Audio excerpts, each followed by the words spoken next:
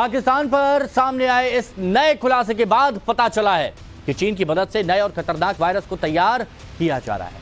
Virus को develop करने में वुहान इंस्टीट्यूट ऑफ वायरोलॉजी मदद कर रही है। चीन की वुहान इंस्टीट्यूट को वायरस वाली लैब के तौर पर जाना जाता है, क्योंकि कोरोना की बात तो कोविड-19 की यहीं से शुरू हुआ था। और यह भी आरोप है कि वुहान इंस्टीट्यूट ने ही कोरोना वायरस को तैयार किया था, जैसा कि आपको बताया। साथ ही यह भी पता चला है कि पाकिस्तान की सेना रावलपिंडी के सीक्रेट लैब का संचालन करती है। रावलपिंडी में यह सीक्रेट लैब है और यहां से इसका संचालन किया जा रहा है। और कर कौन रहा है? पाकिस्तान की सेना, वो इस सीक्रेट लैब का संचालन कर रही है। कोरोना का खतरा अभी पूरी तरह से खत्म नहीं हुआ है कि एक और बड़ा खतरा दरवाजे पर दस्तक देने जा रहा है। और इस बार चीन की मदद से पाकिस्तान एक ऐसे वायरस को बना रहा है जो कोरोना से कई गुना ज्यादा खतरनाक है, 100 गुना ज्यादा बताया जा रहा है, जो चंद मिनटों में ही हजारों लाखों लोगों की जान ले सकता है। क्या है पाकिस्तान चीन का पूरा सीक्रेट प्लान? क्या चीन की मदद से पाकिस्तान तैयार कर रहा है बायो वेपन? रिपोर्ट दिखाते हैं।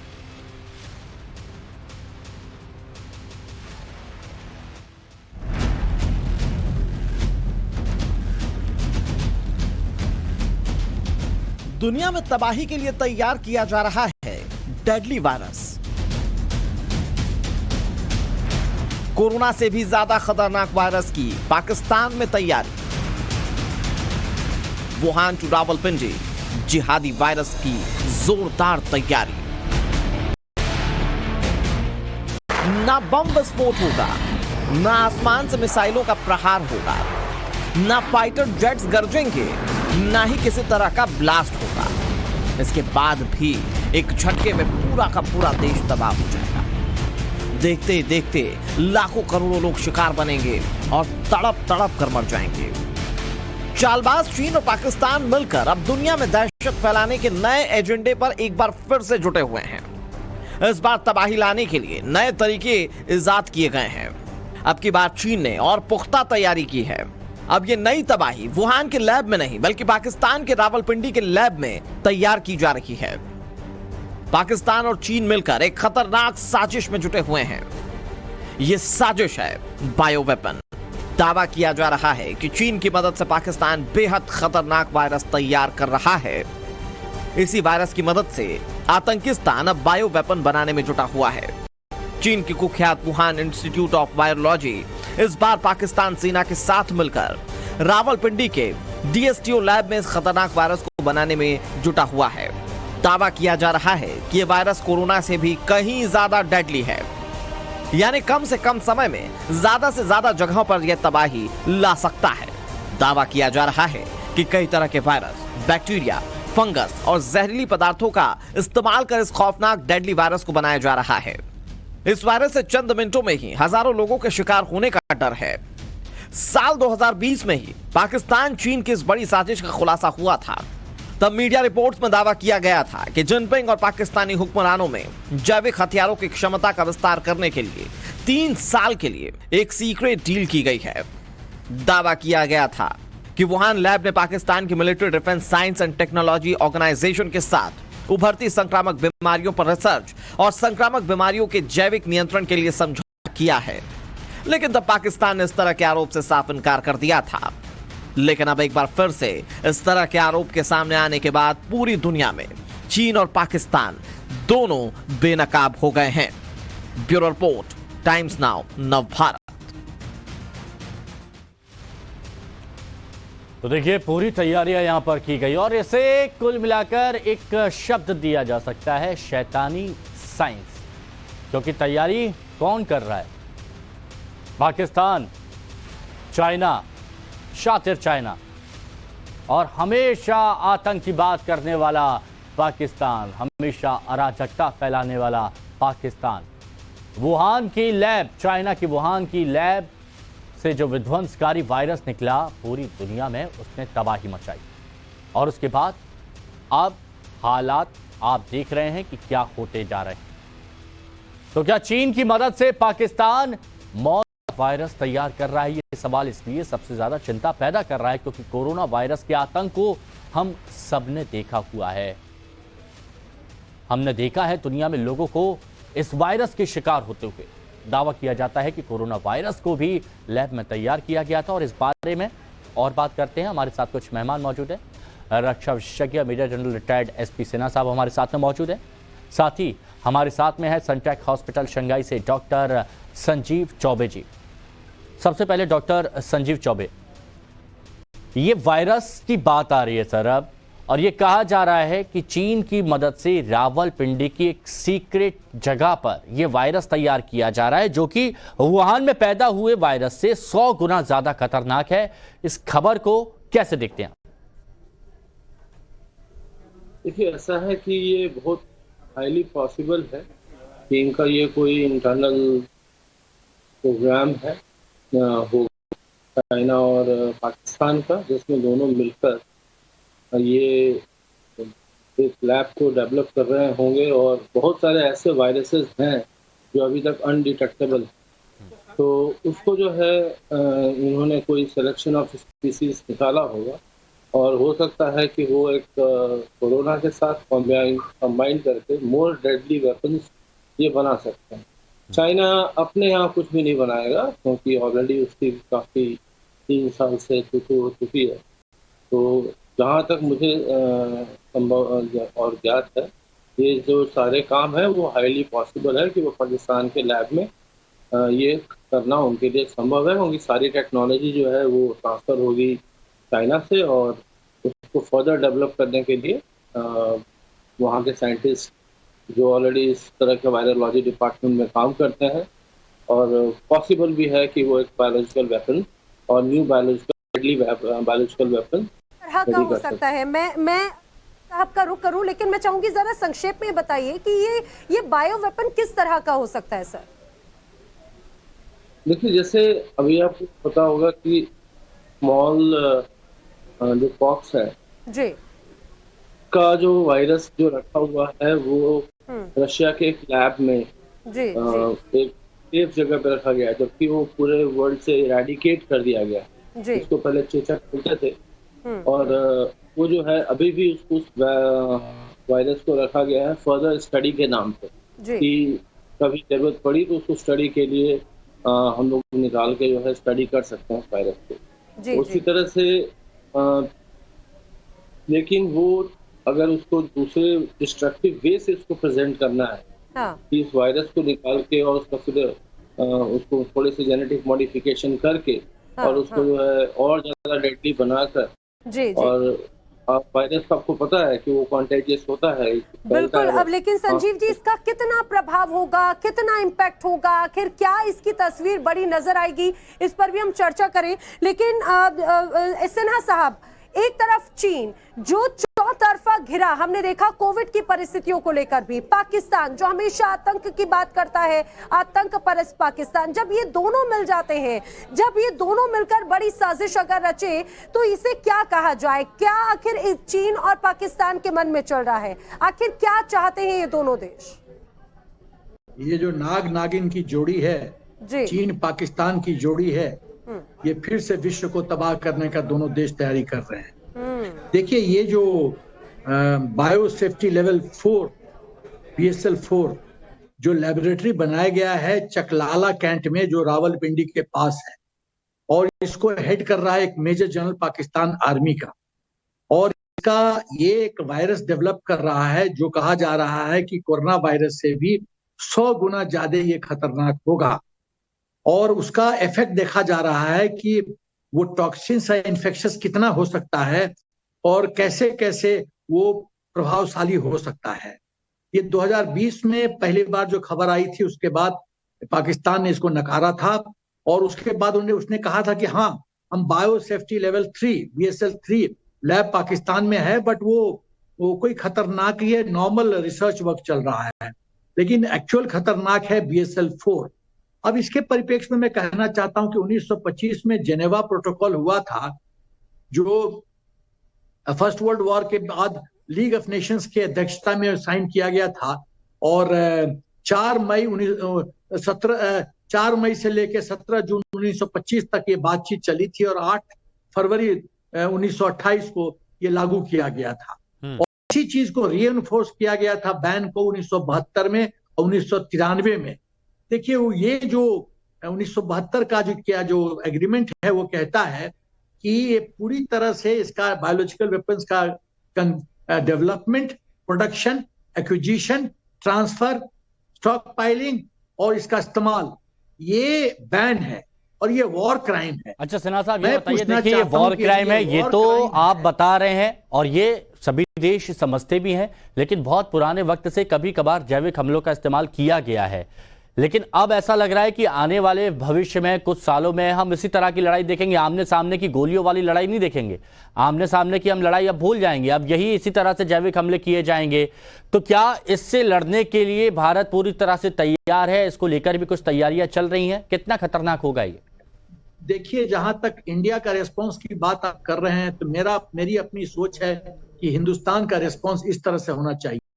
पहले तो ये अंतरराष्ट्रीय स्तर पे ये मुद्दा उठाया जाए कि पाकिस्तान ये कर रहा है, यूनाइटेड नेशंस पे इसकी चर्चा की जाए, एक डिबेट हो। उसके बाद पाकिस्तान को हमको वार्न करने की जरूरत है कि इसने एक टाइम पीरियड में, परिभाषित टाइम पीरियड में इसको डिसमेंटल नहीं किया तो इसका अंजाम पाकिस्तान को भुगतना पड़ेगा। और उसके बाद हमको इजराइल का मदद लेके ये पाकिस्तान का जो फैसिलिटी है उसको पूरी तरह से अपना वेपन, मिसाइल सिस्टम और भी कोई भी ड्रोन का सिस्टम इस्तेमाल करके ध्वस्त करना पड़ेगा। लेकिन ध्वस्त करने से पहले ये सोचना जरूरी है कि यदि वायरस, जैसे चीन में वुहान में क्या हुआ था, एक नर्स के गलती से वो ट्यूब टूटा और वायरस पूरे विश्व में फैल गया। तो यदि हम अटैक करेंगे और डिस्ट्रॉय करेंगे तो वायरस यदि वातावरण में आएगा तो उसका प्रभाव क्या हम पर पड़ेगा? ये सब चीज साइंटिफिकली देखने की जरूरत है, लेकिन इसको ध्वस्त करना बहुत जरूरी है यूनाइटेड नेशंस में मुद्दा उठा के। बिल्कुल सर, ये मुझे लगता है कि अब ये पूरी दुनिया की निगाहें ऑफ कोर्स इस तरफ जरूर होंगी और अपने दर्शकों को भी बताते चले कि जो बड़ी खबर है वो बड़ी खबर यही कि कैसे चीन और पाकिस्तान मिलकर एक घातक वायरस तैयार कर रखे हैं, बायो वेपन, ऐसा बायो वेपन जो कोरोना से भी ज्यादा खतरनाक है। कोरोना से अभी पूरी दुनिया संभल भी नहीं पाई है कि एक और नए अटैक की तैयारी, और ये हमला, ये अटैक कोविड से भी ज्यादा खतरनाक है। चीन और पाकिस्तान मिलकर एक बड़े हमले की तैयारी कर रहे हैं, ये जरूर कहा जा सकता है, क्योंकि जिस तरह से जो मंशा इसमें नजर आ रही है वो ये स्पष्ट हो जाती है कि कुछ तो बड़ा किया जा रहा है। संजीव चौबे जी, अगर इसकी इस तरह से पहले जब जानकारी मिल पाई है, अगर जो अब ये पता चल रहा है कि कोविड को लेकर अगर जिस तरह से हमारे सामने सिचुएशन थी, दुनिया उससे संभल भी नहीं पाई, अब अगर ये नई तस्वीर नजर आती है तो उससे कैसे हम संभल सकते हैं? अभी की क्या तैयारी है इसका जवाब आपसे लूं, लेकिन बायो वेपन अपने दर्शकों को बताना बहुत जरूरी है। हिमांशु, जरा बताइए कि ये बायो वेपन क्या है, बायो वेपन कितना घातक है और पूरी दुनिया इस बायो वेपन के निशाने पे आकर क्या हो सकता है? बिल्कुल, देखिए बायो वेपन की बात करें तो बेहद खतरनाक ये होता है और लोगों को समझने की ज़रूरत भी है कि बायो वेपन आखिर है क्या। तो ये बायो वेपन किसी भी देश को तबाह कर सकता है। ऐसा नहीं है कि कोई टैंक उड़ा दिया या फिर कहीं कोई चौकी उड़ा दी, ऐसा नहीं है। ये किसी भी देश को तबाह कर सकता है, बिना धमाके के ये तबाही मचा सकता है। आपको वायरस छोड़ने होते हैं और ये कहीं पर भी तबाही मचा सकता है। कम समय में बहुत बड़े इलाके को ये तबाह कर देता है और आपको एहसास भी नहीं होता है कि तबाही शुरू हो गई है, क्योंकि धीरे धीरे इसका दायरा बढ़ता है और फिर तेजी से एक बड़ी जगह को ये अपने कब्जे में ले लेता है, आपको खबर तक नहीं हो पाती। वायरस, बैक्टीरिया, फंगस के इस्तेमाल से ये तैयार किया जाता है। इसके साथ ही जहरीले पदार्थों के जरिए भी इसे बनाया जाता है और जैसे कि बताया गया कि कोई धमाके की जरूरत नहीं है, किसी भी तरह के धमाके की जरूरत नहीं है। इसको जहां पर भी यूज किया जाता है वहां से चुपचाप शांति से ये फैलता है और जब ये सामने आता है तब तक बहुत देर हो जाती है। कई लोगों को ये अपनी जद में ले लेता है, कई लोगों को नुकसान पहुंच जाता है, देश के देश यहाँ पर तबाह हो जाते हैं। और ये हमने कोरोना में देखा भी है कि किस तरह से वायरस बहुत तेजी के साथ फैलता चला गया और कई देश इसकी जद में आ गए। चीन से शुरू हुआ। बिल्कुल हिमांशु जी, बिल्कुल हिमांशु, और आपने बताया कि आखिर ये बायो वेपन किस तरह से है, कितना घातक है। संजीव जी, मैं आपसे सवाल कर रही थी कि बायो वेपन के बारे में जैसा मेरे साथी हिमांशु बता रहे थे, जब कोरोना की शुरुआत हुई तो पूरी दुनिया के लिए ये एक बहुत अलग तरह की परिस्थिति थी। हम उसके लिए तैयार नहीं थे और एक अलग वॉरहेड स्तर पर हमने ये लड़ाई लड़ी, ये जंग लड़ी, जो अभी भी अलग अलग स्तर पे देखी जाती है। कई अभी भी इसकी चपेट में है। अब एक नया ऐसा बायो वेपन जिसके संकेत, जिसके खतरे की घंटी नजर आती है। अब आपको क्या लगता है कि आखिर कैसे इस स्थिति से निपटा जा सकता है? सबसे पहले तो वही है कि जब कोविड स्टार्ट हुआ, कोरोना शुरू हुआ 2019 में, तो उस वक्त लोगों को उतनी जानकारी नहीं थी। जैसे जैसे ये फैलता गया और विश्व के लगभग सारे देश जहाँ जहाँ से लोग ट्रैवलिंग की, उससे ज़्यादा स्प्रेड हुआ। फिर बाद में उससे महामारी भी बढ़ी, बहुत सारे डेथ्स भी हुए और वो एक इमरजेंसी कंडीशन हो गया मेडिकल में कि ये एक काफ़ी डेडली काइंड ऑफ वायरस है। उस पर स्टडी भी काफ़ी शॉर्ट पीरियड ऑफ टाइम में किया गया क्योंकि आज के डेट में टेक्नोलॉजी अवेलेबल है। दूसरी बात यह है कि विद इन रियल टाइम, मतलब 2021 तक हम लोगों ने वैक्सीन भी डेवलप कर ली थी। तो वैक्सीन अपनी हमने बना ली थी और कोविशील्ड भी बन गई थी, जो पुणे इंस्टीट्यूट से बन रही थी। बाद में अदर कंपनियां ने भी बनाना शुरू किया, उसमें भी आई थी और इस तरह से इसके हमने उसका क्या बोलते हैं उसका आगे किया। तो सबसे पहले तो ये देखना पड़ेगा कि जो वायरस बना रहे हैं वो उसमें विरुलेंस कितना है, वो कितना खतरनाक है। क्योंकि अभी तक क्या हो रहा है कि जो कोविड के जो असर है कि ठीक है कोविड पॉजिटिव हो गया और कोविड ख़त्म हो गया, तो एक साइकोलॉजिकल तौर पे आपको क्या बोलते हैं कि देखने को ये मिलता है कि हाँ ठीक है मुझे कोविड नहीं, लेकिन उसके पोस्ट कोविड कॉम्प्लिकेशंस क्या है। आजकल इतने यंग डेथ हो रहे हैं, यंग लोग जो है चलते चलते गिर जा रहे हैं।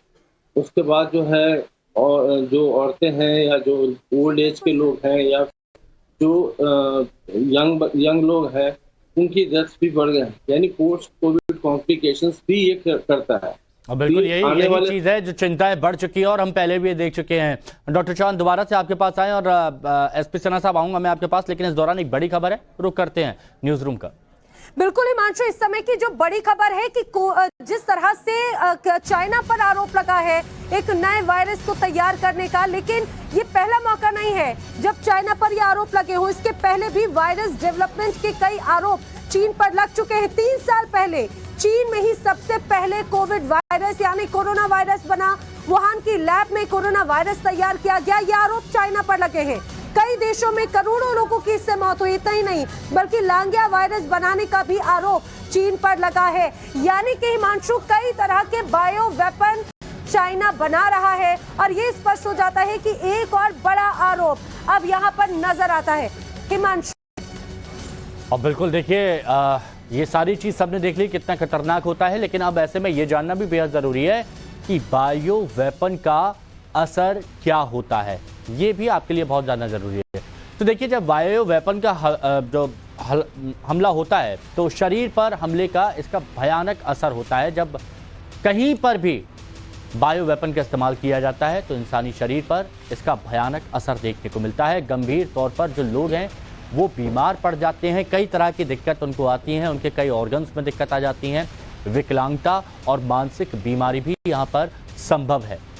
कई बार इंसान की मौत भी हो जाती है जब इस तरह के बायो वेपन का इस्तेमाल किया जाता है। तो शरीर के ज़्यादातर अंग पर इसका इस्तेमाल किया जाता है और इसका असर होता है, चाहे वो दिमाग की बात हो या फिर शरीरों की बात हो, ये सारी चीज़ होती है।